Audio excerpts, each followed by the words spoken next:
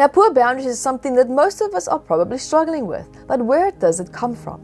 So the list can be endless. It could be your childhood where you perhaps didn't feel safe to express your boundaries. You didn't have that safe place to exercise when and how to say no. Perhaps the times when you started to express and feel where's your boundaries. Perhaps the reaction of your parents, you weren't received that well. Most people have gone through that. That seems to be the biggest cause of it. Now, poor boundaries can also be inherited. It can be an aspect perhaps of grandma or granddad, especially that's coming through in the DNA lineage, that's very dominant, that's coming through you. And I have found in my research as well that the third generation tends to bear the brunt of issues and perhaps unresolved karmic ties, and also trauma that has not been dealt with comes through to finally be dealt with. So if you do have poor boundaries and you perhaps did have a really good upbringing and you're like, well, where's this coming from? Look at your mother's mother. And the reason why? You can find that out, a lot more of that in our MAT courses and events, because we do tap very deeply into DNA lineage and trauma healing, as well as with ancestors, not just in our lives here and now, but also the ancestry. Now, poor boundaries can also be perhaps some habits and patterns that you copied from your parents by observing them. Of course, we watch our parents as we grow up because they are, in one way or another, our role models. We look up to them for guidance, how to react to certain situations, how to respond to certain people and circumstances as well.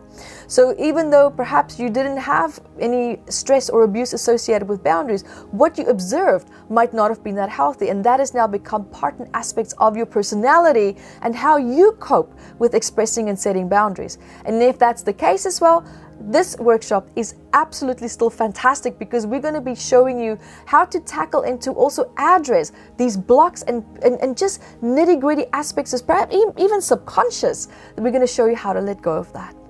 I mean, let me ask you as well, how many times have you tried to understand why you can't say no?